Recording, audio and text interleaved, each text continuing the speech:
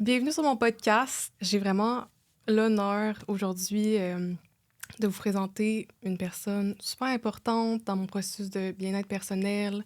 Et je pense que j'aurais pas de podcast si j'avais pas utilisé son modèle. Alors aujourd'hui, je vous présente Docteur François Ledoz. Bonjour Skyla. Bonjour, ça va Mhm. bien? Ça va très bien, je te remercie. J'arrive juste de France, Ouais, donc un petit peu encore dans le décalage, mais ça va bien. ah ouais, Je suis c'est content clair. d'être là avec toi. En plus, ce matin, je me suis réveillée puis il y avait de la neige. Puis j'étais genre, oh mon Dieu, ça se peut Oh. pas. Ça fait longtemps qu'il n'y avait pas eu de neige. Eh Puis j'étais comme, oui, François oui. arrive puis il y a de la neige. Ah, il y a la neige. Une Mais bon, petite j'attends la dernière. neige. Hein, ça, voilà, quand on vient de France et ici, on s'attend à la neige. C'est Ouais. plutôt agréable. Mhm. Ah ben tant mieux. Alors François, toi tu es médecin, neurologue de Ouais, formation. ouais. Tu as créé ton propre modèle de thérapie Mhm. neurobiologique. Mhm. Est-ce que tu voudrais te présenter à nous, nous parler un peu de ton histoire, puis Mhm. de ton modèle un petit peu, comment Mhm. tu l'as créé? Mhm. Mhm. Alors, voilà, moi je suis un médecin hein, de formation, je suis médecin neurologue, j'ai travaillé pendant une trentaine d'années dans un hôpital universitaire, l'hôpital de Caen, en Normandie, en France. Et voilà, j'étais neurologue. Et assez rapidement, quand j'ai commencé mon activité de neurologue à l'hôpital, j'ai ressenti le besoin de m'intéresser à l'aspect, on va dire, psychologique de mes patients, ce qui se passait derrière les symptômes. Euh, voilà, j'avais beaucoup de goût à pratiquer la dimension intellectuelle de la médecine neurologue, où il y a beaucoup de connaissances à adopter. Donc j'étais vraiment pris dans ce jeu intellectuel, c'était passionnant. Euh, et en même temps, j'avais une aspiration qui était d'un autre ordre, qui était est-ce que c'était déjà comprendre? Je ne suis pas sûr que c'était déjà comprendre, mais intégrer en tout cas la vie psychique dans la prise en charge que je pouvais faire avec mes patients. Voilà, et alors on pourrait y revenir, hein, je ne vais pas forcément détailler tout ça maintenant, mais Mhm. j'ai été amené à commencer un travail personnel et puis à rencontrer quelques approches thérapeutiques. J'étais un peu en recherche quand même à travers mes propres expériences personnelles de modèles de thérapie que je pouvais amener que je pouvais amener dans mon accompagnement des patients moi-même OK. euh, à l'hôpital. C'était pas simple. La psychanalyse que j'avais pratiquée, c'était pas très simple. Enfin bon, jusqu'au moment où j'ai rencontré l'IFS, Internal Family Systems. Tu pratiquais déjà, toi, de la psychothérapie, comme la psychanalyse? Non, je l'avais pratiqué sur moi, OK, OK. hein, mais je voyais pas bien comment amener ça dans le cadre de mon activité médicale à l'hôpital. OK. Et c'est vraiment au moment où j'ai rencontré le modèle IFS que j'ai compris à ce moment-là que là, il allait pouvoir avoir une possibilité d'utiliser cette méthode de thérapie avec des patients, disons, neurologiques, hein, qui sont des patients qui ne viennent pas à l'hôpital pour une demande de thérapie, c'est pour des malades qui viennent pour une souffrance psychique. Mais le modèle IFS me permettait de pouvoir aborder leurs difficultés psychiques potentiellement en lien avec leurs symptômes, leurs maladies, de façon assez facile. Voilà, c'est ce qui OK. s'est passé. Puis Mhm. ensuite, après l'IFS, Alors après l'IFS, ça a duré un bon moment. Donc, l'IFS pour moi, c'était un coup de cœur. Hein. J'ai été vraiment, oui, un coup de cœur. J'ai vraiment senti j'avais un appel pour ce modèle euh, qui, vraiment, ça correspondait en fait à une aspiration profonde, en fait, à ce moment-là, d'amener je dirais moi, la spiritualité dans le cœur de ma vie personnelle et professionnelle. Euh, donc, le modèle IFS, il est commencé à être de plus en plus connu, mais il repose sur le paradigme du self et des parties. Et ce qui m'a vraiment emballé, c'est de voir comment ce modèle permettait non seulement d'identifier le self, mais surtout de le mettre en jeu dans la thérapie, comme l'acteur central de la thérapie. OK. Et je voyais comment ça transformait en fait le cerveau, ça amenait vraiment des transformations cérébrales. Et, et donc, pour moi, ça a été vraiment un coup de cœur. Et j'ai commencé à pratiquer avec mes patients, Mm. des patients migraineux. Et puis j'étais en Belgique, j'ai senti que j'étais appelé à vraiment me former. Donc, je me suis formé et je suis devenu formateur à ce modèle. J'ai été le premier formateur francophone à ce modèle. Et j'ai organisé les premières formations en faisant venir Richard Schwartz et d'autres formateurs américains. Et c'est comme ça que l'histoire a commencé. Donc j'ai commencé comme thérapeute IFS Mm. et formateur IFS en France. J'ai quand même pas mal contribué à amener le modèle IFS en langue française, en favorisant, en traduisant le livre de Schwartz, etc. Donc j'ai eu un rôle important à une époque. Voilà. C'est quand même gros. Oui, c'était Mhm. important, c'est vrai. Déjà ça, Mhm. c'était important. Déjà ça, c'était important à l'époque. Mhm. Ouais, ouais. Est-ce que tu voudrais nous parler peut-être, nous parler un peu de l'histoire de ton modèle, Ouais, puis ton modèle vraiment très brièvement, ouais. puis nous dire comment il est venu à la vie, là. Ah. Ben, il est venu à la vie, je m'y attendais pas, en fait. OK. J'ai été dans une période de ma vie, tout ça, ça se passe dans les années... alors, oui, c'est bien de faire un peu de chronologie. Alors, le modèle IFS, moi, je l'ai rencontré en 2005. Ouais, Ah, OK. 2003-2005, dans ces eaux-là. Ouais, 2003 même. Je suis devenu formateur en 2009, il me semble, dans ces eaux-là. Et puis, le modèle IR était né en 2016-17, dans ces eaux-là. OK. Voilà. Et donc, moi, je dirais, c'est venu sans que je le décide. J'ai consenti à ce que ça se passe, mais je ne l'ai pas vraiment cherché, en fait. OK. J'ai été un peu comme pour le modèle IFS, un peu dans une, comment dire, une écoute de moi-même et des autres, et en particulier de moi-même. Et au moment où l'IR est arrivé, je traversais une période professionnelle difficile, vraiment très difficile, euh, relationnellement, moment très très compliqué. Ça, c'est un point. J'ai été amené à faire des choix cruciaux en termes de décision de rester à l'hôpital. On me demandait de rester, mais on me demandait aussi d'arrêter de faire ce que je faisais avec l'IFS à l'époque, de faire cette activité de médecine psychosomatique. OK. Et donc, aller quitter l'hôpital, j'avais 50 ans, quitter l'hôpital, avoir une clientèle privée. Enfin, j'avais vraiment des choix très importants, très angoissants à faire. Et puis, j'avais aussi, je commençais à avoir aussi certaines limites du modèle IFS, selon moi, sur lesquelles on pourra revenir. Et tout ça, ça a fait que je me suis trouvé à un moment de ma vie à prendre une décision, la décision de quitter l'hôpital, en fait. Voilà.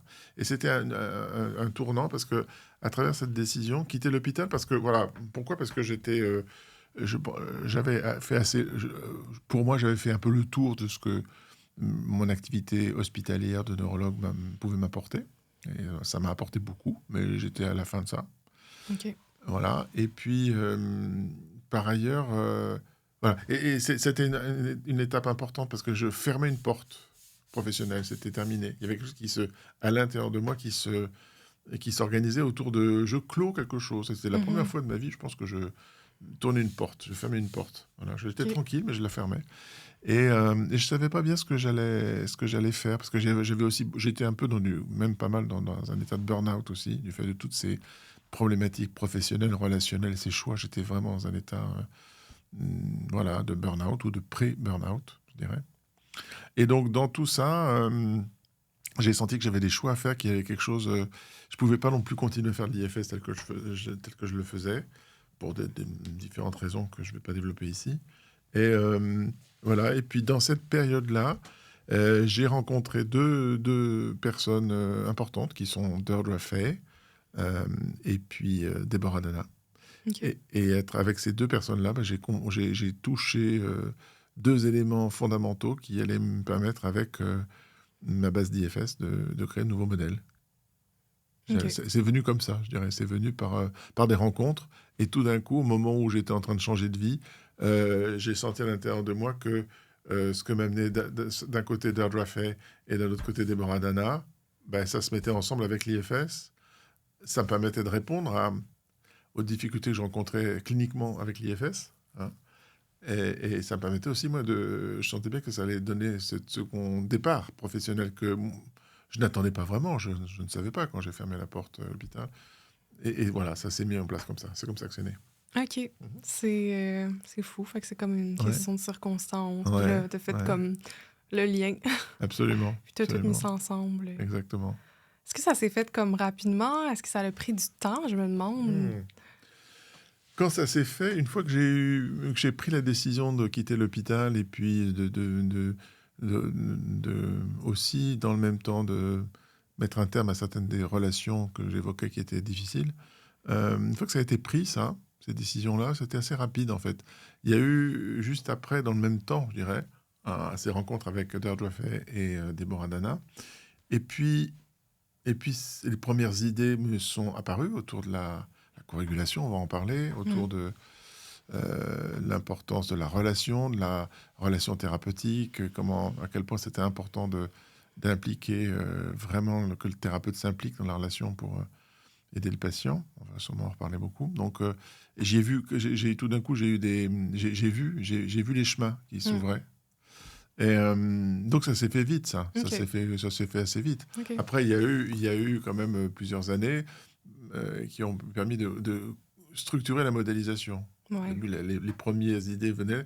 J'ai démarré en 2017 et puis le chemin est devenu de plus en plus clair et la modélisation est devenue de plus en plus claire. Voilà. Puis la première formation, tu l'as donnée en quelle année? Oh, c'était en 2017. OK. Voilà, c'était en 2017. OK. Voilà. Donc, j'avais envie qu'on mette un peu, je sais que tu n'es pas nécessairement spécialiste de trauma, mais peut-être, je sais pas, là, mais j'avais envie un peu juste qu'on mette la base comme ça. C'est quoi un trauma, selon Ah, ta vision? oh, je ne suis pas spécialiste du trauma au sens comme certains. Je ne sais pas ce que c'est un spécialiste du trauma. En tout cas, moi, ce que je propose avec le modèle IR, c'est de traiter le trauma. Donc, Mm. c'est quand même ça le cœur du sujet.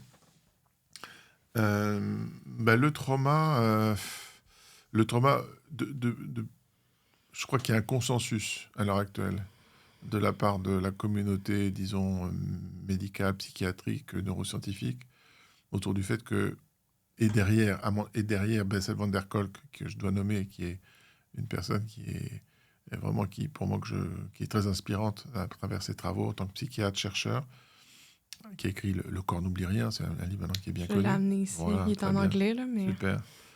The Body Keeps the Score. Ouais.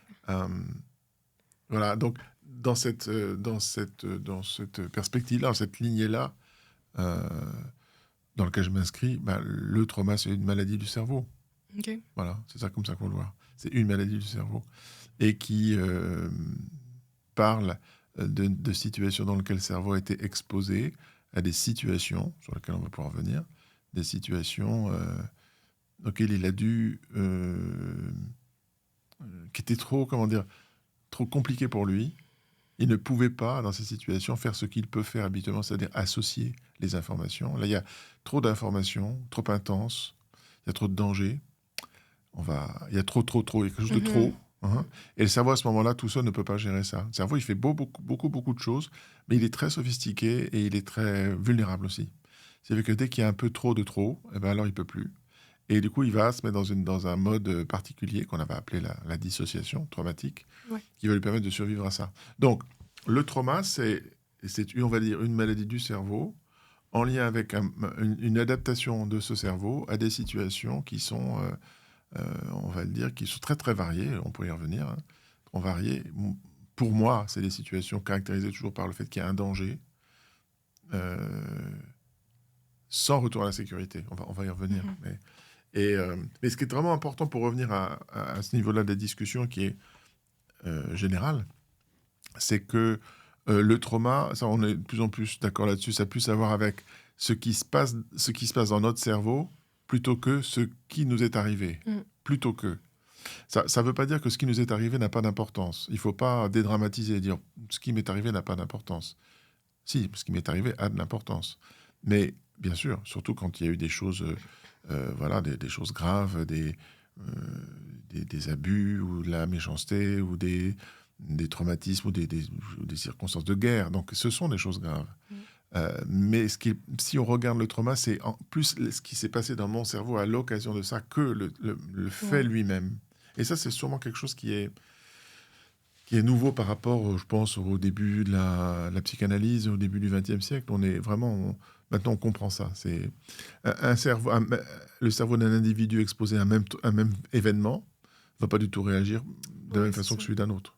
Et ça a à voir en fonction de plein d'éléments, et en grande partie, ça a à voir avec ce que la personne a vécu avant et l'aide qu'elle va pouvoir recevoir au moment de l'exposition à la situation en quelconque situation donnée, l'aide qu'elle va pouvoir recevoir.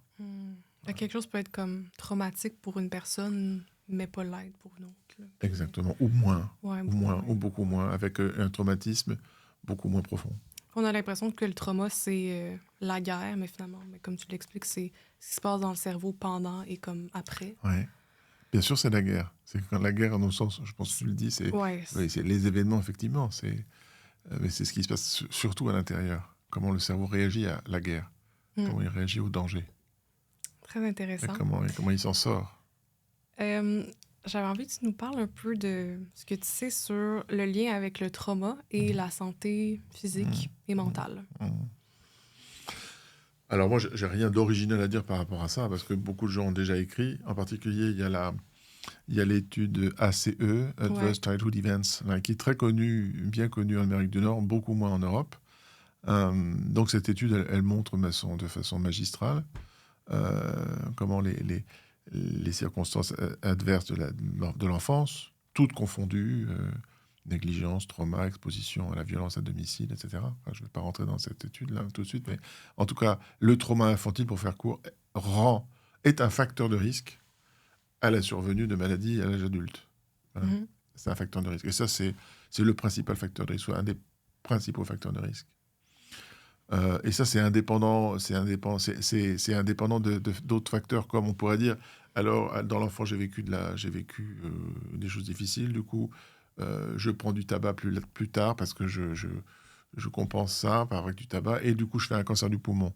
Ça, c'est un raisonnement qui se suit. Mais ce qu'on comprend avec l'étude de la CE, c'est que c'est pas parce que je prends du tabac. C'est en dehors de ça. Ce sont des mécanismes qui sont beaucoup plus profond que juste les comportements addictifs qui sont secondaires au trauma. C'est vraiment des séquences biologiques qui sont directement liées à la désorganisation du cerveau du fait du trauma.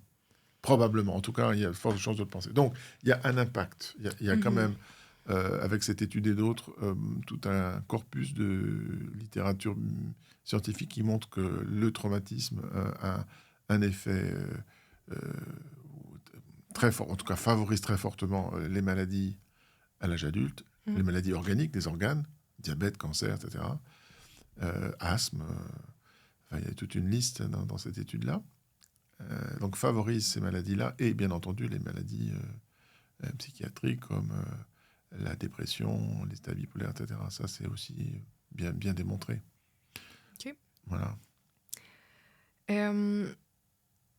En fait, je voulais te demander le lien entre les traumas d'enfance et le système nerveux.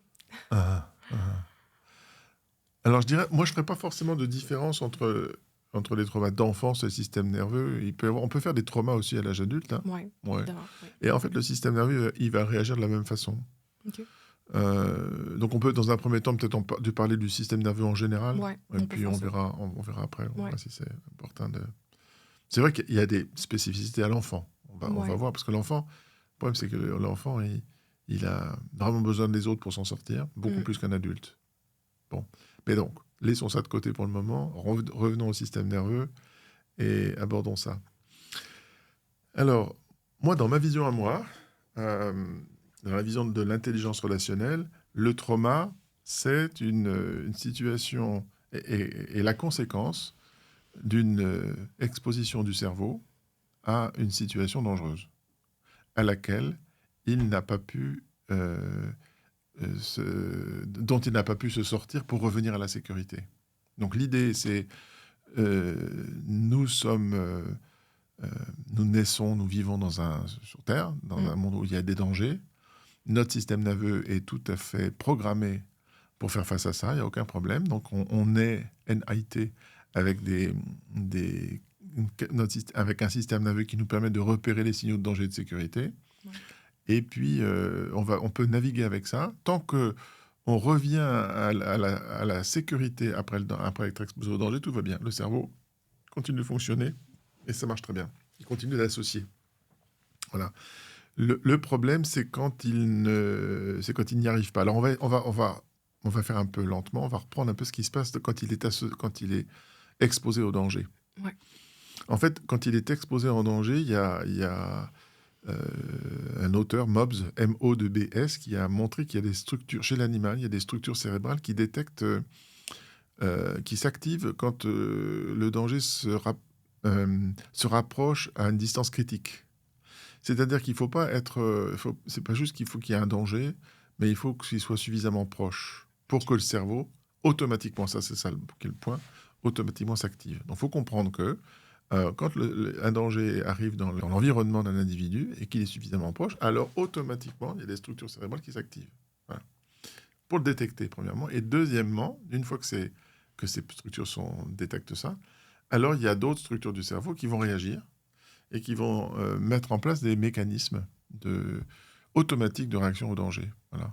Donc ça, la théorie polyvagale reprend tout ça très bien. Ça a été décrit par d'autres modèles que la théorie polyvagale, mais la théorie polyvagale, vraiment, on s'appuie sur elle pour notre modèle, pour le modèle d'intelligence relationnelle, donc je vais en parler.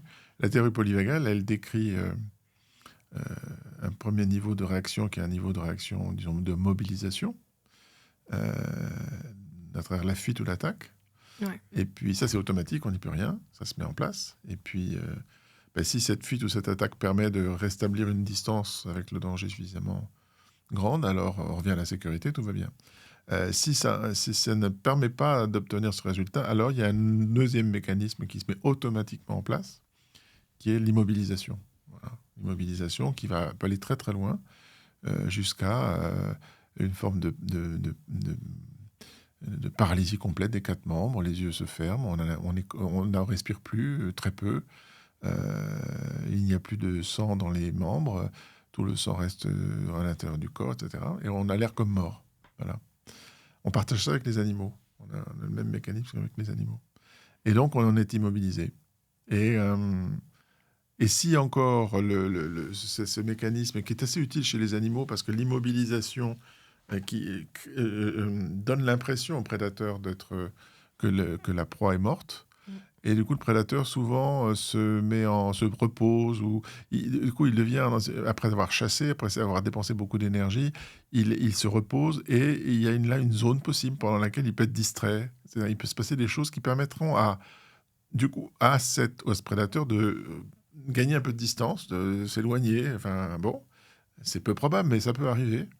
À ce moment-là, le système nerveux de la proie peut repasser dans la mobilisation, avec des tremblements souvent, et puis mettre en place souvent la fuite, et revenir à la sécurité. Voilà. Si cette expérience de mort apparente ne permet pas au prédateur de se désengager de sa proie, et que le prédateur décide de la manger, à ce moment-là, il y aura un phénomène d'effondrement à l'intérieur, de préparation à la mort qui va intervenir, là, c'est sûr, pour le coup. Alors, pour nous, les êtres humains, Ouais. parce que nous, on ne se mange pas, on se mange pas les uns les autres, la plupart du temps, heureusement, mais on peut se faire du mal, beaucoup de mal, sans en avoir à passer par là. Donc, on a les mêmes mécanismes, en fait. On a les mêmes mécanismes automatiques de mobilisation, d'immobilisation. La différence, et c'est là où c'est intéressant quand tu parles de l'enfant, c'est que la différence avec le monde animal, sauvage, c'est que dans le monde sauvage, c'est soit ça passe ou ça casse. C'est-à-dire ça passe, c'est-à-dire qu'à un moment, le prédateur, soit le système de mobilisation attaque-fuite permet de s'en sortir. On voit quelquefois des éléphants se battre contre des lions, et puis le lion s'en va. On voit ça ou des buffles, des herbivores se battent contre des prédateurs, et ils y arrivent. Soit ils finissent par être immobilisés et se préparer à la mort. Et puis, il y a encore cette petite fenêtre dont j'ai parlé tout à l'heure, mais souvent ça se finit quand même par la fin de la proie, et qui est mangée. Chez nous, c'est beaucoup plus complexe que ça. Parce qu'on peut être... D'abord, on n'a pas des prédateurs qui nous sautent dessus en permanence. Le danger, souvent, ce sont nos proches. Ce ne sont pas des gens méchants. Le plus souvent, il peut y avoir des gens vraiment méchants, mais le plus souvent, c'est pas ça. C'est du harcèlement à l'école, c'est une famille avec des parents qui s'entendent pas, c'est une famille avec des parents qui s'entendent, mais il y a beaucoup de difficultés financières, c'est une famille où l'un des parents est pris dans de l'alcoolisme, c'est toutes ces situations-là. C'est un frère aîné qui est dans le harcèlement par rapport à un petit frère. Enfin, toutes ces situations-là, je pourrais en décrire plein. Mm. D'autres, c'est une situation de guerre, c'est un accident de la route. Sont des situations de danger qui sont pas directement, qui vont pas mener à la mort, comme dans le monde animal, parce que l'objet, c'est pas de tuer pour manger. C'est...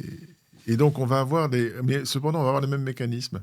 Mais le point, il est là, c'est que ce qui se passe, c'est que dans ces situations, chez l'enfant, en tout cas, l'enfant va être en fait souvent exposé au danger de façon chronique. Mhm. Mhm. Par exemple, si on prend l'exemple d'une famille où un des deux parents est pris dans l'alcoolisme, eh ben, ça va être tous les jours. Ouais. Ça va être toujours pendant des années. Donc, si on reprend ce qu'on vient de dire sur la biologie, ben, le cerveau de l'enfant, quand le papa, ou mettons le papa ou la maman, prend de l'alcool et devient agité, agressif, c'est perçu comme du danger. Ça, c'est proche, donc le cerveau s'active. On a toute la séquence dont je viens de parler qui se met en place. Mais il n'y a pas la sortie de danger, parce que le papa ou la maman n'arrête pas de boire, va reboire. Voilà. Et puis les conséquences du fait de tout ça, avec derrière d'autres dangers, comme la maman qui devient déprimée, comme la perte d'argent, comme toute une série de choses s'enclenchent. Et tout ça, c'est du danger encore. Et du danger à proximité de l'enfant. Donc le mécanisme à l'intérieur du cerveau va continuer de fonctionner. Donc là, on va avoir des réactions automatiques. Et ça peut être des réactions de type mobilisation. Ouais. Le plus souvent, c'est l'immobilisation, on pourra en parler. Mais ça dure, et ça dure des années. Et c'est là où on a une autre... C'est là où on a la mise en place vraiment de ce qu'on va appeler le traumatisme ou le traumatisme complexe, parce qu'il faut survivre à ça. Et pour survivre à ça, on a un mécanisme magnifique dans le cerveau, qui est la dissociation traumatique, on va en parler tout à l'heure, qui nous permet de survivre à ça. Donc ça, c'est le super bon point. Parce que, voilà, Une chance qu'on l'a. une chance qu'on l'a, mais bien sûr. Ouais. Le problème, c'est que souvent, on est collé dedans. C'est que souvent, on souffre. C'est-à-dire, il y a un prix à payer de la dissociation. C'est que cette dissociation, elle se fait au prix de moins de liberté intérieure, d'une plus grande difficulté à faire des choix appropriés à notre vie, du moment présent. On est pris dans des automatismes, on ne s'en rend pas compte. On croit que on fait un choix, mais en fait, on est pris dans un automatisme qui est basé sur les circonstances de vie passées. Et ça va donner aussi ce traumatisme, cette dissociation-là, ça va donner les maladies dont on a parlé. Ça va nous rendre déprimés, ça peut nous rendre dépendants, ça peut aussi nous rendre malades physiquement avec les maladies dont on a parlé tout à l'heure. Donc il y a un prix à payer à la dissociation traumatique. Parce que notre corps ne peut pas fonctionner adéquatement quand on n'a pas parlé de tous les mécanismes aussi, comme les hormones qui sont relâchées Bien quand sûr, il y a la bien sûr. dissociation. Mais...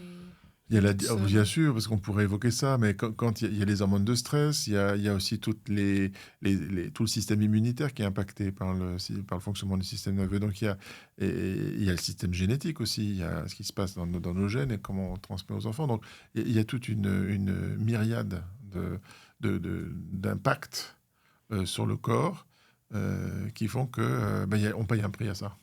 On paye un prix à ça. Donc on survit en payant le prix. Ouais. La bonne nouvelle, c'est qu'on peut en sortir, sinon complètement, mais on peut quand même vraiment se sortir de la dissociation traumatique. C'est vraiment possible. Oui. Grâce à ton modèle.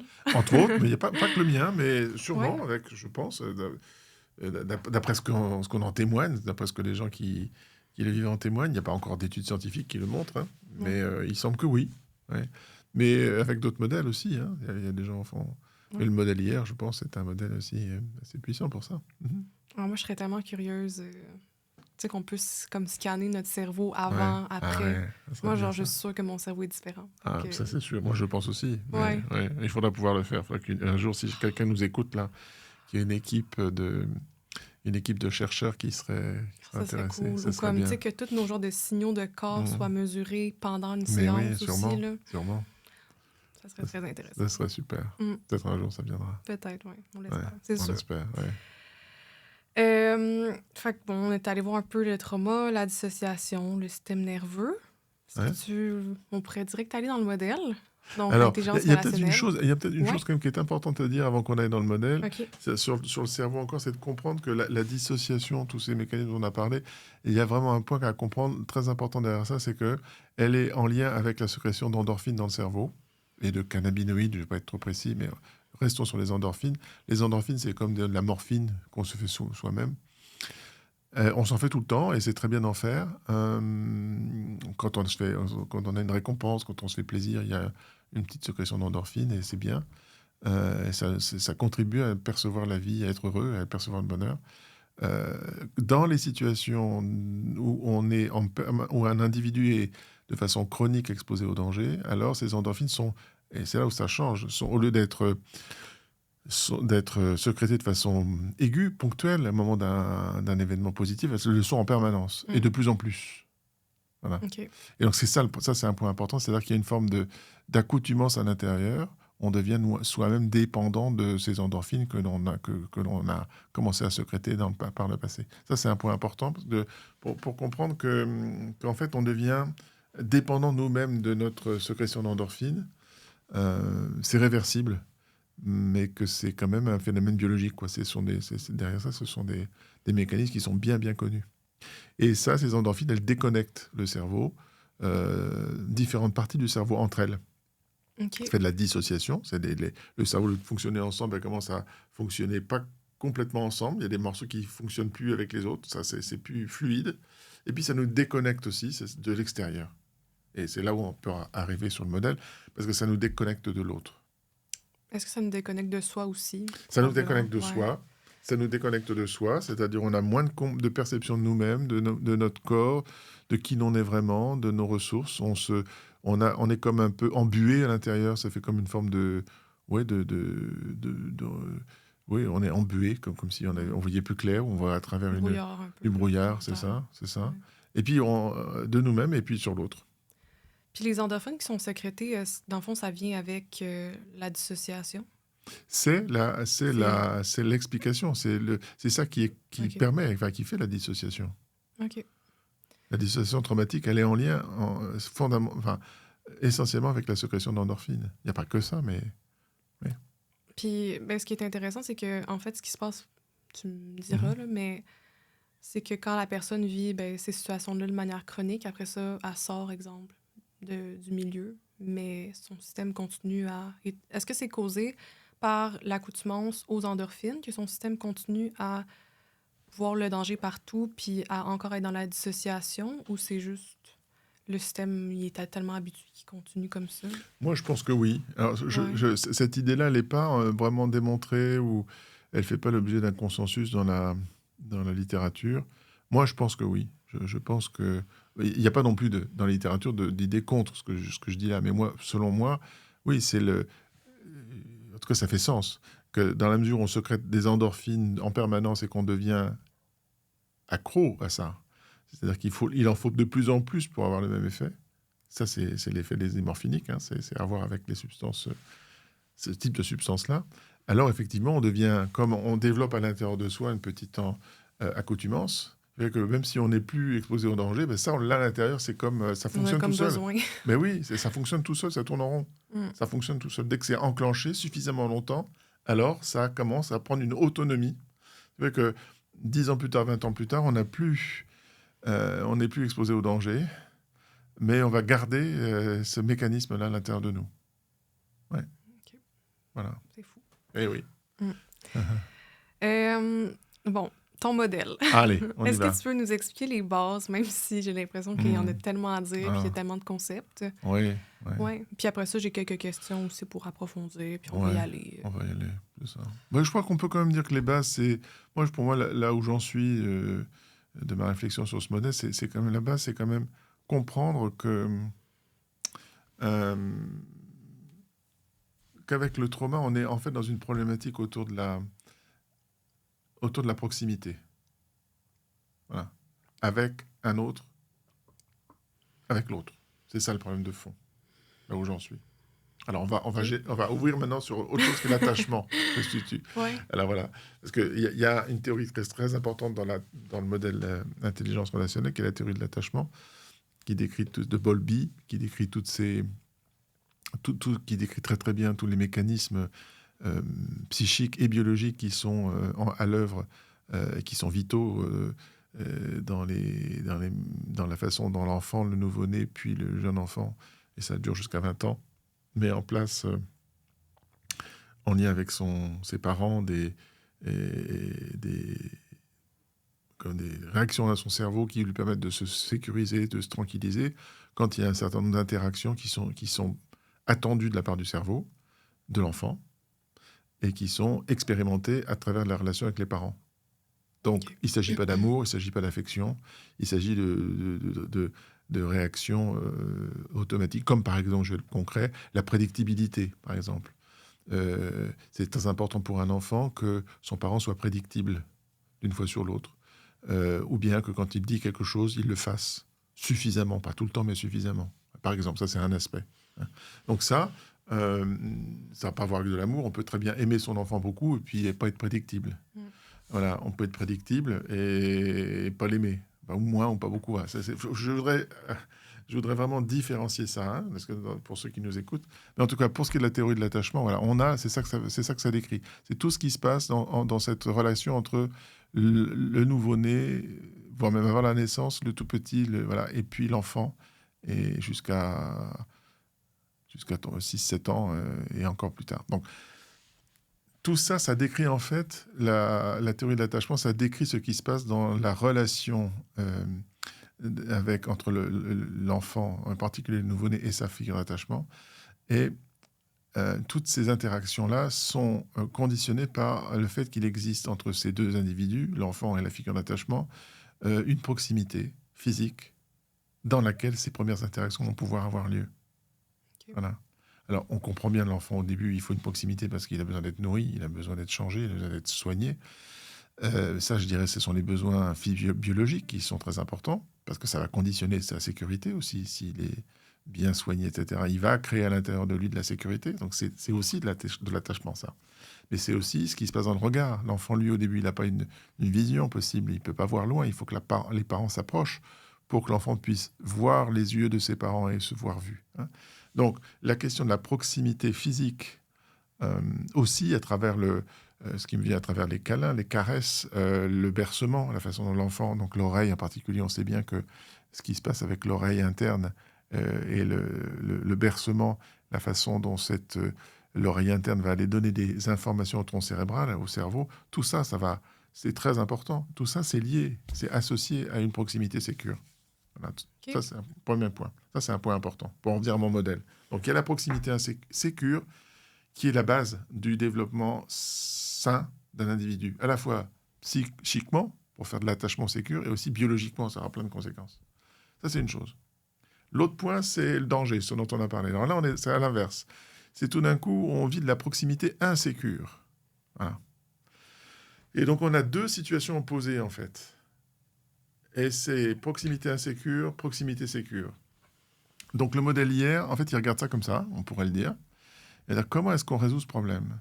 C'est-à-dire, on a en face de nous quelqu'un qui a de la dissociation, qui est plus ou moins profonde, avec, plein de façons, ça peut s'exprimer de plein de façons différentes, mais au bout du compte, en hier, on va dire, mais il y a de la dissociation. Donc, cette personne a vécu de la proximité insécure, et on sait que pour le meilleur soin de ça, la meilleure façon de soigner le cerveau pour ça, c'est d'en revenir à ces premières expériences de proximité sécure. Parce que c'est là qu'il va pouvoir se reprogrammer. Ça, c'est la vision de l'IR, dans la proximité sécure. OK. Voilà. Comment est-ce qu'on caractérise la proximité insécure? Comment est-ce qu'on la caractérise, la proximité insécure? Ouais. Non, c'est tout le contraire de la proximité sécure. C'est ça. C'est il y a plein de choses. Le manque de prédictibilité. Oui, oui, il y a plein de situations dans lesquelles ça peut se trouver. Pour que les gens se reconnaissent, puis qu'ils disent, est-ce que j'ai eu de la proximité insécure finalement ou pas? Oui, proximité insécure. Et moi, ça peut être difficile. Bon, par exemple, ça peut être assez facile à identifier. On peut avoir été exposé à quelqu'un de dangereux. Voilà. Ouais. Soit, c'est pas... Voilà, genre de violent, physiquement. Un parent violent, un frère violent, être pris dans un gang de collègues, d'enfants, voilà, non, adolescent violent. Bon, ça, c'est facile à identifier. Parce qu'il y a eu des événements, il y a eu des identifiables. Ce qui est beaucoup moins facile à identifier, c'est ce qui se passe dans les premières phases de l'attachement. Parce qu'il n'y a pas d'événement tellement là. Il peut y avoir, mais il n'y a pas forcément d'événement. Le plus souvent, il n'y en a pas. Et même s'il y en a eu, il faut bien comprendre qu'à cette époque-là, au moment de l'attachement, le cerveau qui nous permet de faire des souvenirs n'était pas mature. Ce qui fait que tout ce que nous avons vécu à ce moment-là s'inscrit dans des mémoires, dans notre corps, mais de telle sorte qu'on ne peut pas s'en rappeler en tant que tel. Voilà. Donc, tout ça pour dire qu'on peut très bien avoir vécu enfant un attachement insécure, avec une proximité insécure, sans être capable de l'identifier. Parce que ça s'est fait sans acte agressif, ça peut être, voilà, ça peut être, et surtout on ne s'en rappelle pas, parce que la mémoire s'est constituée dans une partie du cerveau qu'on appelle le cerveau implicite, le cerveau automatique, qui ne nous permet pas d'identifier ça. Donc ça peut être, c'est pas, ta question est intéressante parce que ça permet de montrer qu'on peut soit vraiment facilement l'identifier, soit avoir beaucoup de mal à l'identifier, et pour autant avoir été exposé très précocement à travers nos parents à de l'insécurité. Il faut bien, là je veux vraiment insister parce que je parle à un auditoire qui peut être très vaste, que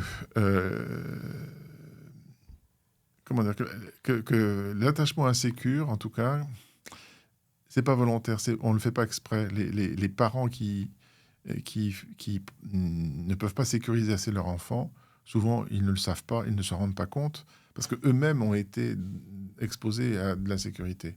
Donc leur système nerveux s'est programmé de telle sorte que quand ils deviennent parents, eh bien, ils ne peuvent pas proposer, donner au système nerveux de leur enfant ce qu'il attend. Et je peux me parler pour moi, je suis le premier dans la liste. Et je me rends bien compte maintenant, moi, avec les années, surtout maintenant qui réfléchit à tout ça, qui comprend, qui l'enseigne, ben, je vois bien le père que j'ai été. Et j'en parle avec mes enfants, hein, j'ai 4 grandes filles, et on en parle assez simplement, librement, j'espère de plus en plus.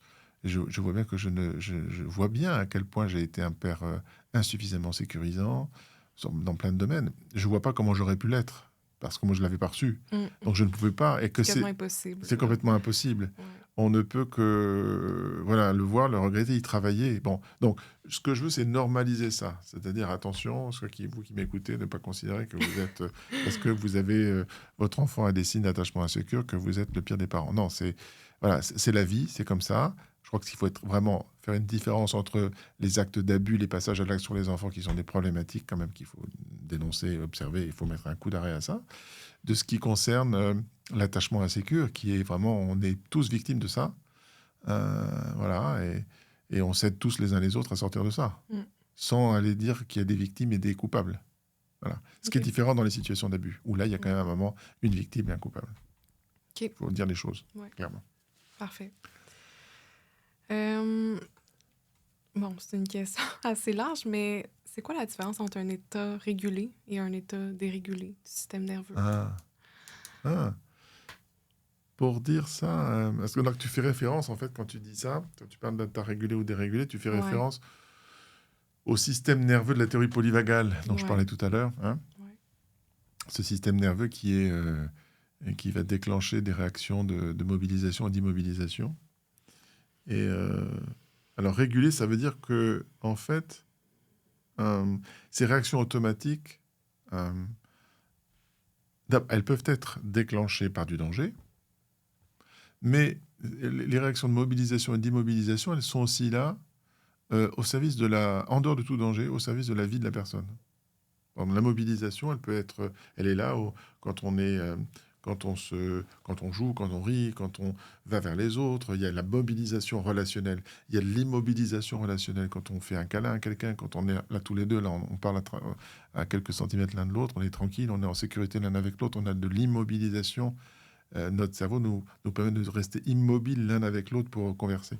Donc, il faut comprendre le fonctionnement du cerveau, ce cerveau que je vais appeler, moi j'appelle le cerveau du bas, le cerveau animal, là, comme à la fois mis au service de la survie, quand il y a du danger, mais au service de la vie aussi.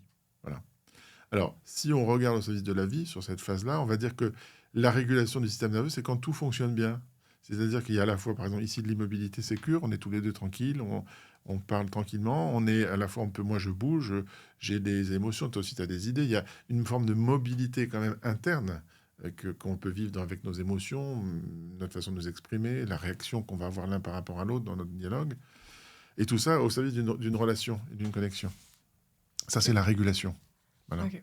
La dérégulation, c'est quand le système nerveux, ces éléments de mobilisation ou d'immobilisation, sont plus connectés à ce qui se passe à l'extérieur et que ça devient automatique et qu'on n'a plus la main là-dessus. On va sentir tout d'un coup un moment de grande agitation interne. Je pourrais tout d'un coup avoir de la peur là vis-à-vis de toi, sans savoir pourquoi, et puis avoir envie de quitter la pièce. Ce serait de la dérégulation.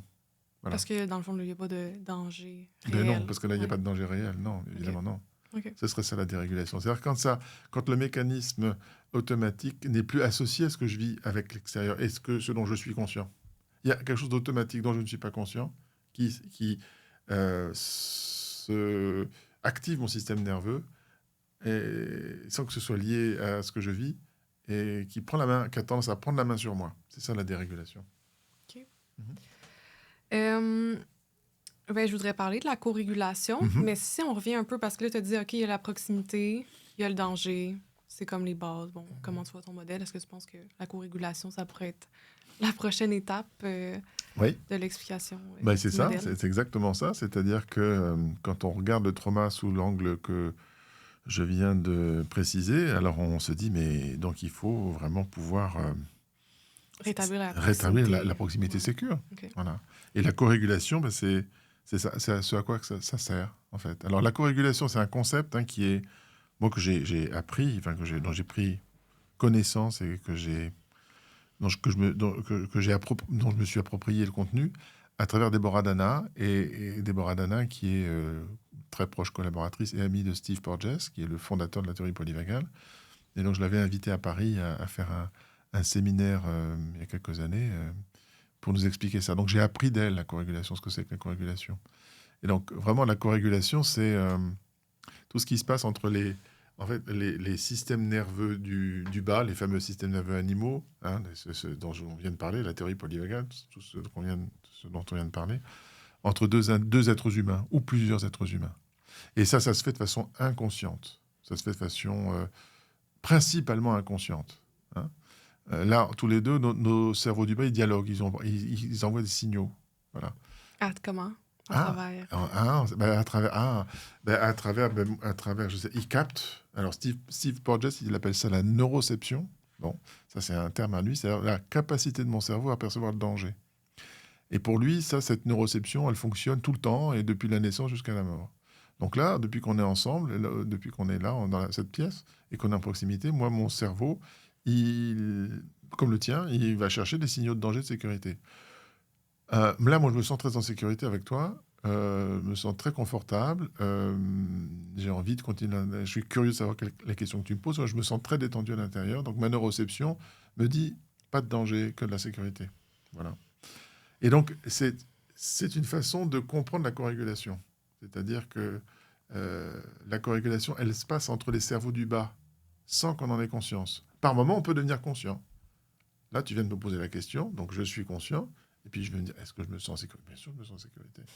Et j'en deviens conscient. Parce que je peux associer mon cerveau du haut, le cerveau cognitif, le cerveau qui réfléchit, qui fait des podcasts, qui est tout ça, tout ce cerveau social, il va se connecter en bas, il va prendre l'info. Et là, quand je me connecte à lui, il se dit, je suis en sécurité. Donc c'est ça la corrégulation, c'est-à-dire c'est tous les mécanismes assez complexes, inconscients, automatiques, qui se passent de corps à corps, et qui se mettent en place dès que deux individus sont à une certaine distance l'un de l'autre, voire même par la pensée. Quand on pense à quelqu'un, on peut déjà sentir de la sécurité ou de l'insécurité. Et c'est en même temps, c'est ce champ-là où on perçoit du danger ou de la sécurité, mais c'est aussi la façon dont on va apporter de la sécurité à l'autre. Donc on peut percevoir du danger, on peut aussi percevoir de la sécurité ou du danger. Voilà. Et donc dans la thérapie, c'est là où c'est ça.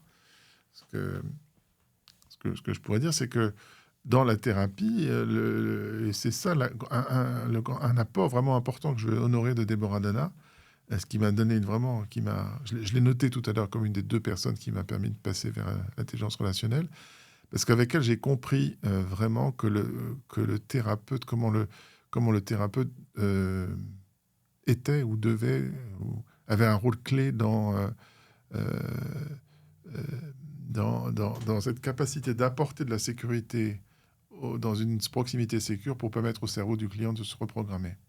Voilà. Et donc, moi, je dirais que c'est vraiment fondamental à comprendre. Alors après, comment le faire? On va peut-être en parler un peu parce que c'est pas si simple que ça, hein. C'est Ouais. très complexe. Mais c'est ça, je dirais, l'idée, dans l'IR, c'est de comprendre que dans ma compréhension du trauma, il y a des dissociations, hein, traumatiques qui sont tellement profondes que ça ne pourra se soigner qu'à travers une nouvelle expérience de sécurité, de proximité sécure. C'est clair. Alors, je le Donc, à dis travers la à travers co-régulation. la Ouais, corrégulation sécure. Ouais. thérapeutique, hein, OK, ouais. thérapeutique. Aussi, ouais. Voilà. Parce que la corrégulation, elle peut être non thérapeutique. Mmh. Là, Ça se fait tout le temps, en ça se fait tout fait. le temps, en fait, la Ouais. corrégulation. Hein, ça se fait tout le temps. Mais ça se fait tout le temps, mais est-ce qu'il y a des gens qui... Parce que, bon, dans le modèle, je sais qu'il y a la bulle. Puis Ouais. est-ce que ça veut... Parce que même moi, j'ai encore de la difficulté à Mhm. comprendre la bulle, mais est-ce qu'il Mhm. y a des gens que ça se fait plus, comme... Il n'y a Mhm. plus de corrégulation qui se Alors ça, produit? non, c'est pas possible, ça. Moi, je pense que c'est OK. pas possible. C'est une excellente question. Est-ce que c'est possible? Est-ce que ça pourrait ne pas avoir lieu? Je pense, Porges lui dit que c'est pas possible, OK. que la corrégulation a lieu du premier souffle au dernier. Euh, Moi, je pense aussi. OK. Je pense que c'est pas possible de ne pas pouvoir être corrégulé. Le vrai problème, c'est que dans certaines situations, euh, même la corrégulation sécure, est perçue comme un danger. OK. C'est-à-dire que pour certains individus qui ont eu beaucoup de traumas enfants très précoces, voire aussi des traumas sur plusieurs générations, c'est-à-dire qu'il y a une perte à l'intérieur dans le cerveau des traces de ce que c'est la sécurité dans la vie de la personne, voire chez les ascendants sur plusieurs générations, que cette trace est effacée. Elle est là, enfin, elle est là, mais comme recouverte de neige. C'est comme plus clair. C'est quoi la sécurité? C'est quoi qui... C'est non seulement ce n'est plus clair, mais quelquefois ça va jusqu'à ça n'existe pas la sécurité. Mhm. C'est juste un rêve. Mm. C'est un beau rêve. Où les autres y croient, mais moi j'y crois pas. Ou ça n'existe pas. Ou c'est même pas pensé parce que c'est tellement profond dans le système fameux cerveau automatique là profond que c'est inconscient. On s'en rend même pas compte. On n'a même pas de représentation de ce que c'est la sécurité. OK. Et on s'organise autour de ça. OK. Donc on vit déconnecté avec nos cerveaux du bas des autres, sans s'en rendre compte. Et on peut fonctionner comme ça. On peut fonctionner en se faisant quelquefois beaucoup de mal à soi et aux autres. OK. C'est un peu ça, je pense que la question de la bulle, puisque ça, la bulle, c'est une des choses très importantes dans le modèle hier, ça, c'est savoir que la formation pourra... Mais pour donner un peu, tu l'évoques, et c'est quand même intéressant pour notre public là qui nous écoute, qui est pas forcément peut-être un public général, c'est de comprendre que dans quand certains individus ont été tellement exposés à de l'insécurité enfant, conscient, volontaire ou involontaire, le plus souvent involontaire, parlons de l'attachement insécure, si en plus c'est aggravé par des gestes, par des traumatismes volontaires, c'est encore plus grave, mais qu'à l'intérieur, le cerveau a comme tourné une page. Il dit, bon, on n'y croit plus, c'est plus possible, ou c'est trop dangereux de se réexposer à une proximité sécure. On tourne la page. On fonctionne avec le cerveau du haut, le cerveau qui pense, qui réfléchit, qui peut même être un cerveau social, parce qu'avec le cerveau du haut, on peut avoir des interactions sociales. Vraiment, parler aux gens, être poli, écouter. On peut faire de l'écoute, on peut faire beaucoup de choses avec le cerveau du haut, sur le plan social, intellectuel, etc. On peut faire plein de choses. Mais le cerveau du bas reste déconnecté.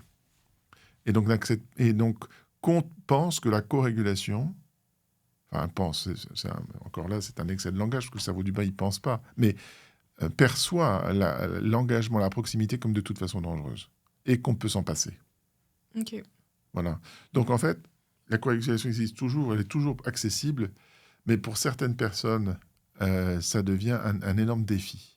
Parce que ça devient un énorme défi, et c'est là où l'intelligence relationnelle, enfin le modèle d'intelligence relationnelle amène, je pense, une nouvelle perspective, une nouvelle perspective en termes de compréhension et de prise en charge, parce que j'ai développé toute une méthodologie autour de la co-régulation, on va en parler un peu après, qui permet, je pense, d'avancer un peu sur ce chemin pour permettre aux gens qui ont des dissociations si profondes de pouvoir enfin réexpérimenter la proximité sécure, parce que on a beau croire qu'on peut vivre sans co-régulation, en fait, la vie sans co-régulation, c'est une vie qui peut être tout à fait passionnante, très riche, mais qui reste très limitée, en fait. On ne s'en rend pas compte, mais elle reste très limitée. Elle nous coupe de beaucoup de projets, de perspectives, d'opportunités, de capacité de voir comment l'autre est véritablement, et non pas comme on croit qu'il est, mais comment il est lui ou elle. Donc il y a un énorme prix à payer à cette déconnexion du cerveau du bas par rapport à la co-régulation. Voilà, donc on a toujours tous tout à gagner à progresser et à prendre le risque De la vivre. de vivre, de tenter de vivre la co-régulation de façon sécure, en disant ça, voilà, je cours ce risque. Et c'est ce que la thérapie hier veut proposer, avec la méthodologie, avec la façon dont les thérapeutes sont formés, pour que ce risque soit quasiment nul, soit dangereux, et que la personne puisse, au pire, dire bah, ça me fait rien, mais ça me fait pas de mal, et c'est déjà pas mal. Au mieux, bah, puisse vraiment faire une transformation du système nerveux interne et faire changer le réglage du système nerveux et amener toute cette régulation nouvelle et ces ouvertures de vie, ces perspectives qui s'annoncent, les choix qui deviennent possibles, les regards sur l'autre et sur le monde Ça change, ça change. la perception. Ça change la du perception. monde, Oui, parce que ces endorphines qui sont là, en fait, je disais tout à l'heure, c'est comme un brouillard. Hein. On s'en rend pas compte, on est très habitué. Hein. Mais quand on les a plus, quand on fait une expérience vraiment thérapeutique, on sort de ça. C'est comme, c'est ça la vie. C'est ça la vie. Hein, c'est ça la vie. Et voilà, bah, c'est différent. Et c'est nettement meilleur. Sans endorphine, qu'avec. Oui. OK, on a pas mal abordé ça. Il nous reste un petit 20 minutes. On dirait que j'aurais envie peut-être que tu nous parles du spectre de la dissociation. Comment toi, tu vois la dissociation, puis les niveaux. Oui. Oui, mais je te remercie de cette question. Ça va me permettre de parler d'un autre aspect du modèle qui est très important, parce que qui est cher à mon cœur et qui est important, qui est l'autorégulation. Ah oui, je l'avais juste à côté. Ça va bien. Alors oui, il y a un spectre. Il y a un continuum, c'est-à-dire qu'il y a des niveaux de dissociation qu'on a dans notre vie. Donc il y a des niveaux de dissociation traumatiques, on parle de dissociation traumatique. Bon, superficielle, on va dire, assez léger, puis d'autres très profonds. Voilà. Puis il y a tous les intermédiaires. Alors par exemple, quand j'écoute quelqu'un et tout d'un coup je pense à ce que je dois faire le soir, et que du coup j'entends pas la fin de sa phrase, ben là je me dissocie de la personne. Ça c'est une dissociation très superficielle. Quand je rêvasse, voilà, ça c'est une dissociation très superficielle. Voilà. Alors c'est pas forcément traumatique, ça peut être simplement parce que je suis fatigué ou que j'ai une préoccupation. Voilà, c'est pas traumatique, c'est juste pour donner un exemple d'une dissociation qui est très très superficielle. Alors maintenant, pour parler plus du modèle, pour rentrer plus dans les choses concrètes du modèle, le premier niveau de dissociation, pour moi le plus superficiel, c'est celui qu'on expérimente quand on expérimente des parties de soi. Hein. Donc ça, c'est vraiment je parlais tout à l'heure du modèle Internal Family Systems, IFS, avec le paradigme du self et des parties. J'ai parlé un peu du self. En quoi ça m'avait, moi, enthousiasmé. Et bien, je vais parler un peu des parties. Parce que dans le modèle de Schwartz, il y a vraiment ce modèle de la multiplicité du psychisme. Il postule que nous sommes non pas uniques, mais nous avons plusieurs aspects de nous-mêmes, des parties de nous. Donc ça, ça fait vraiment partie des bases du modèle, les fondements même du modèle IFS. Non seulement du modèle, mais de la façon dont le modèle IFS voit le psychisme de façon générale, sous forme de parties. Voilà. Donc il y a des parties de nous dans le modèle IFS qui sont fluides, pas chargées, puis il y a des parties qui sont chargées, qui sont bloquées, figées. Voilà. Donc on va parler de Dans le celle-là, passé. dans le passé, c'est ça, en lien avec ces expériences de trauma non résolu. Donc en IFS, on ne va pas jusqu'à parler de la dissociation traumatique, tout ça, mais en tout cas pour ce qui est du modèle IR, il y a vraiment, je reconnais, moi, je pense que ce paradigme des parties est tout à fait valide et que la dissociation traumatique telle que je la conçois comme étant centrale dans le traumatisme psychique peut vraiment s'exprimer sous la forme de parties de soi. OK. Mais ce qu'on va repérer, alors par exemple, une partie de moi qui veut quitter mon travail, alors j'ai une partie de moi et j'ai une autre partie qui veut qui a très très peur de quitter mon travail, par exemple. Donc c'est pas une façon de parler ça, hein, c'est vraiment des réalités internes. C'est-à-dire que je sens, quand je dis j'ai une partie de moi, c'est que c'est vraiment quand je vais à l'intérieur, je sens que c'est une partie de moi. C'est pas tout moi, c'est vraiment une partie. Je vois comme si c'était quelqu'un en moi. Hein. C'est ça que ça veut dire avoir une partie de soi. C'est pas juste une façon de parler. Oh, j'ai une partie de moi qui est. Non. C'est quand je vais à l'intérieur, je sens que il y a un sous-composant de moi, un morceau de moi, mais que je le vois, que moi je sais que moi j'ai un autre point de vue, mais que cet aspect de moi, cette partie de moi, a un point de vue qui n'est pas le même que le mien. Donc c'est ça une partie. Voilà. Donc cette partie de moi qui veut quitter le travail, cette partie de moi qui veut absolument continuer, qui a très très peur de quitter ce travail que je suis en train de faire. Voilà. C'est ça une partie. Voilà. Et en dessous, ce qui se passe, c'est qu'on a, selon moi, quand c'est plus profond, alors on a, donc c'est vraiment ce cerveau du bas qui est impliqué, avec son mode de fonctionnement qu'on a décrit tout à l'heure, avec la théorie polyvagale, le système nerveux, enfin ces réactions de mobilisation, d'immobilisation. Donc ça, ce sont les dérégulations que tu évoquais, que tu m'as demandé d'évoquer tout à l'heure. Ces moments où ça fonctionne plus ensemble, c'est dissocié. On a tout d'un coup le système de mobilisation qui s'active et on ne peut pas réguler, ou l'immobilisation qui s'active et on ne peut pas réguler. Donc ça, ce sont des formes de dissociation plus profondes. Et puis, il y a encore celles qui sont encore plus profondes que ça.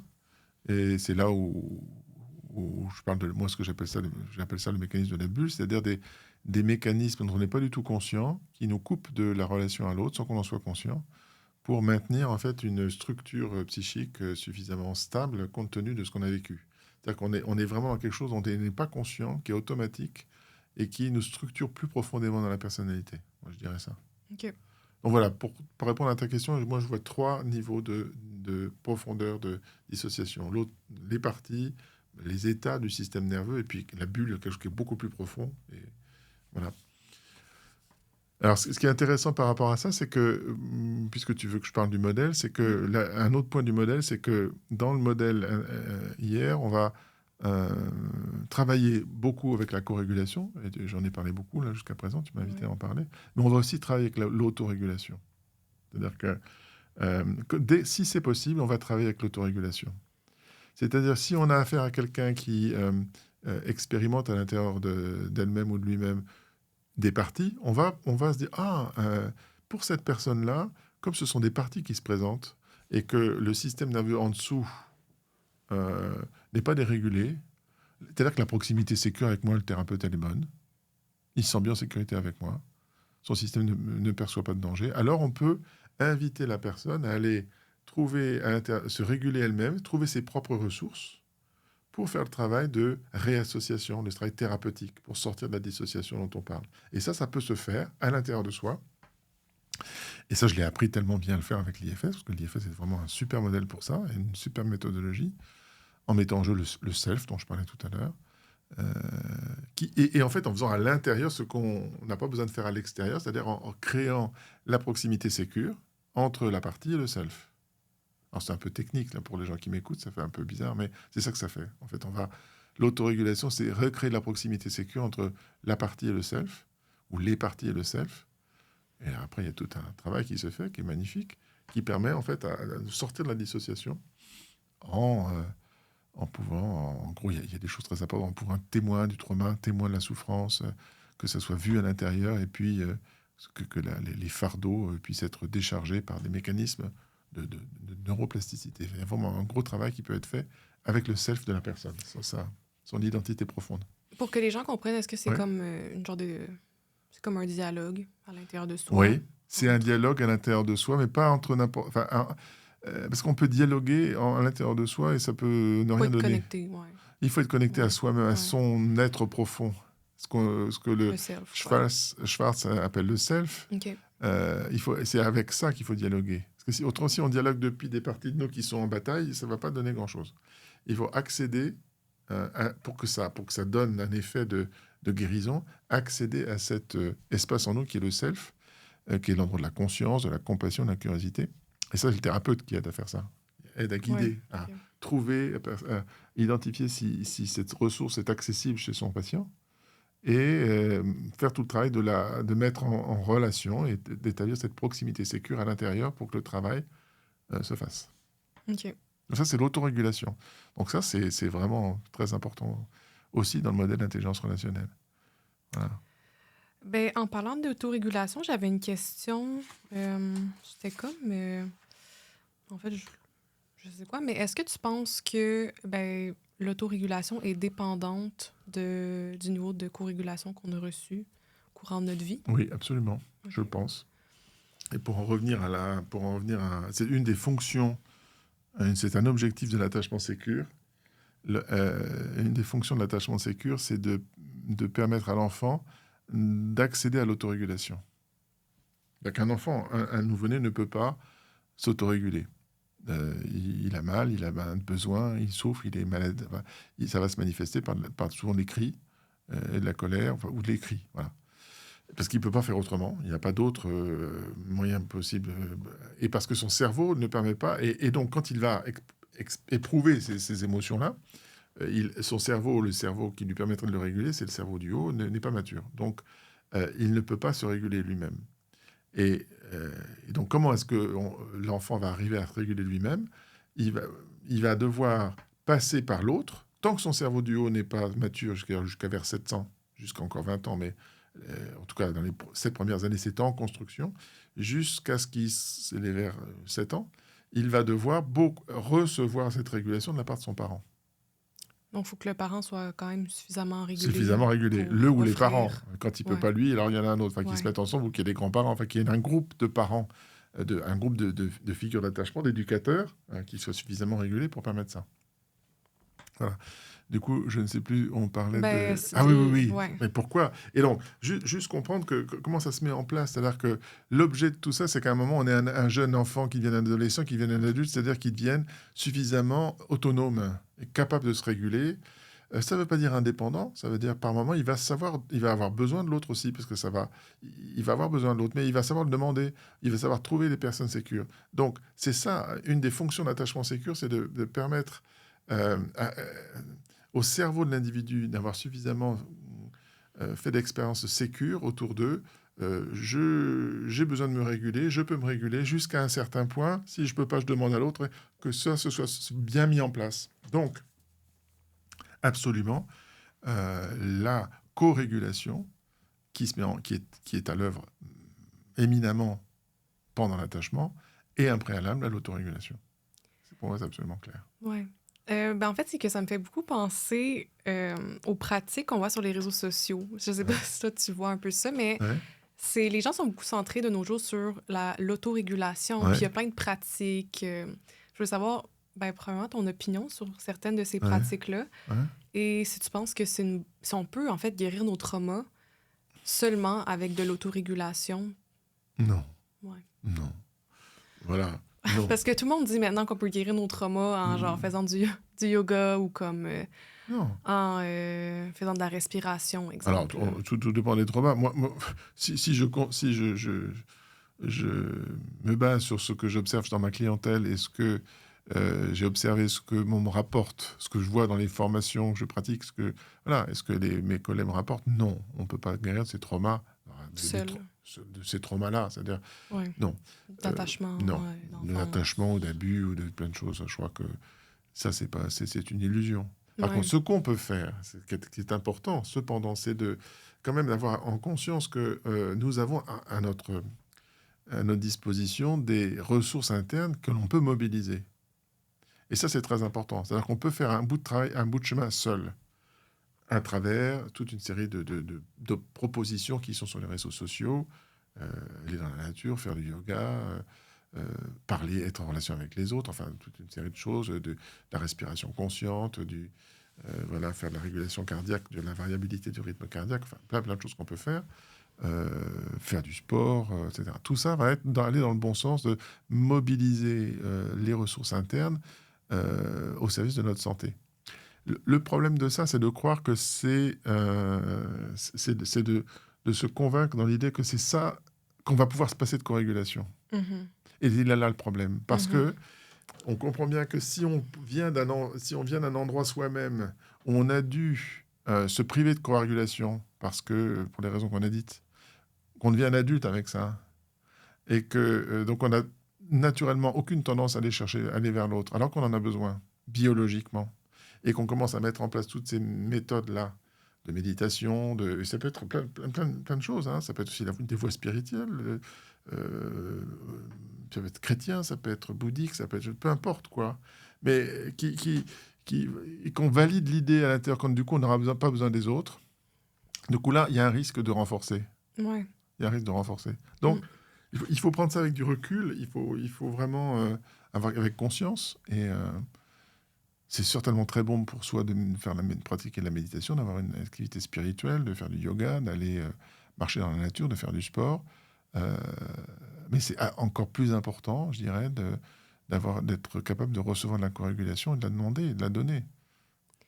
Que les cerveaux du bas communiquent, notre cerveau du bas vraiment soit fluide, soit capable de recevoir la, la régulation des autres êtres humains. Est-ce que ça pourrait comme perpétuer la dissociation, faire ces pratiques sans recevoir de la corrélation? Mhm. Alors, je pense que oui, je pense que ça peut si, par exemple, on commence à créer des grandes bulles, des bulles de communauté d'eux. C'est-à-dire que, et ça c'est tout à fait possible avec les moyens, avec ce qui se passe avec les moyens sociaux, c'est-à-dire qu'on crée artificiellement des communautés de gens qui se convainquent que c'est à travers, c'est pas la relation qu'ils établissent entre eux qui font le groupe, mais les pratiques qu'ils ont en commun. OK. Alors on va être on va être des méditants et voilà, ça c'est un risque, je pense, de maintenir en fait des dissociations profondes dont on n'a pas conscience à travers des comportements communs ou des idéologies aussi. Et en fait, à travers ça, le risque de ça, c'est d'amener dans le monde nos dissociations profondes, c'est-à-dire amener encore la dissociation dans le monde à travers des pratiques ou des idées qui sont à un certain niveau très bien, qui peuvent être tout à fait saines aussi, ou Mhm. qui peuvent être en lien avec des valeurs, des choses, voilà. Donc c'est pas tellement tant la nature que de ce qu'on fait, que comment on le fait, de quel endroit on le fait, et est-ce que nos systèmes nerveux est-ce qu'on est vraiment reliés profondément À entre l'autre. nous Mm. depuis le cerveau du bas, depuis ce cerveau animal. C'est ça, Ouais. voilà. Comment on fait pour mesurer ça? Comment on Hmm. fait pour savoir? Comment on fait? Ben, on ne sait pas, ben, on s'aide. Je pense heureusement, il n'y a pas d'appareil pour mesurer ça. Ouais. Voilà. Moi, je dirais qu'on pourrait faire un autre podcast là-dessus, hein, Ouais. non, mais il y a quand même il y a quand même des façons de mesurer ça.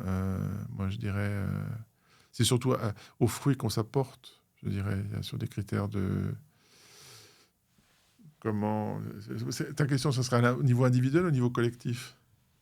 Les deux. Les deux, Individuels. Comment? individuel. Ouais. Moi, je pense que sur le plan individuel, je pense que ce qui est fondamental, c'est de pouvoir, pour mesurer si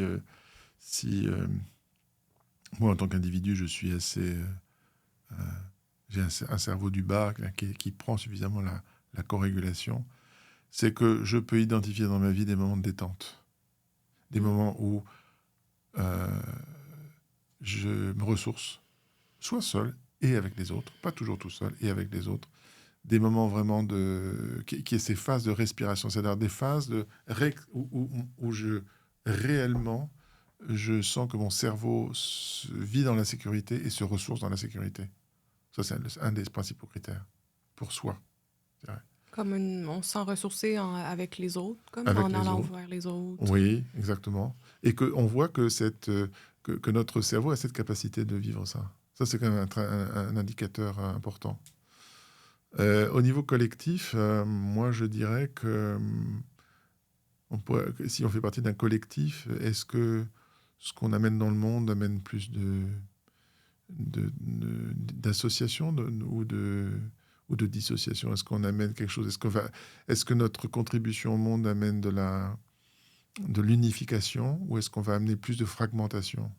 Voilà, je dirais ça. OK. C'est un critère. Il nous reste juste un petit 2 minutes. Je suis vraiment triste. Ça a passé vite. Ah. Mon Dieu, j'ai l'impression qu'on aurait pu continuer encore beaucoup sur le modèle. Mhm. J'avais une question sur ton opinion sur le TDAH, autisme. Si tu Ah. penses que ça a peut-être un lien avec la dérégulation du système nerveux. Ah, alors ça, je pense que c'est Peut-être un gros sujet, là. oui, c'est un gros sujet. Avec ce sujet-là, ce que tu abordes, c'est la question de la dissociation qui n'est pas traumatique, qui n'est pas en lien Ouais. avec un traumatisme, et qui est en lien avec le fonctionnement, la façon dont le cerveau est programmé, ce qui serait le cas de l'autisme.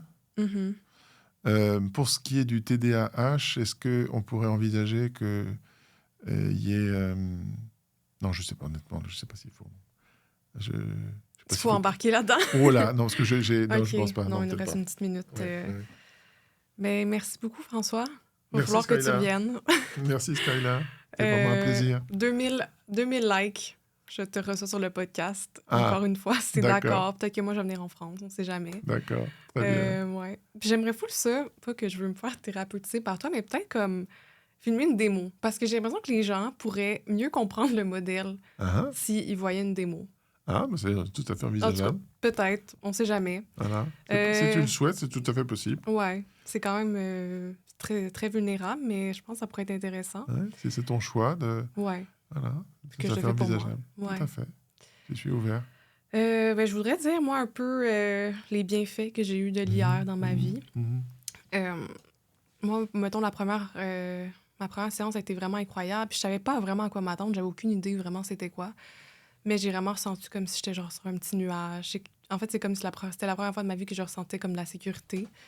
Après ça, j'ai vraiment... Avant, je voyais du danger partout. J'avais toujours peur de me faire attaquer. Puis c'était comme, les gens sont gentils. Genre, j'ai comme réalisé ça. Puis sinon, une grande connexion à mon corps que j'ai ressentie, mais pas comme... c'est comme si, genre, je suis un avec mon corps. Qu'avant, là, je savais même pas que mon corps existait. Ou même que j'avais des sensations. C'était comme un nouveau monde de découvrir que je peux ressentir des choses dans mon ventre. Super. Plein de sensations, puis en tout cas, plein de bienfaits aussi. Moins d'endorphines. Moins d'endorphines, Wow, ouais. super. C'est un gros travail, pas facile. Ouais. Mais je le souhaite à tout le monde, puis j'espère que ça a pu éveiller un peu les gens, puis qu'ils apprennent, parce que je pense que tout le monde devrait avoir cette ressource. Au moins savoir que ça existe, l'IR. Puis, écoute, je suis heureux que ça t'ait permis de vivre toutes ces belles choses. Ouais. Et puis, voilà, merci beaucoup de cette opportunité de faire connaître mon travail. C'était un plaisir. Merci à toi. Merci, Skyla.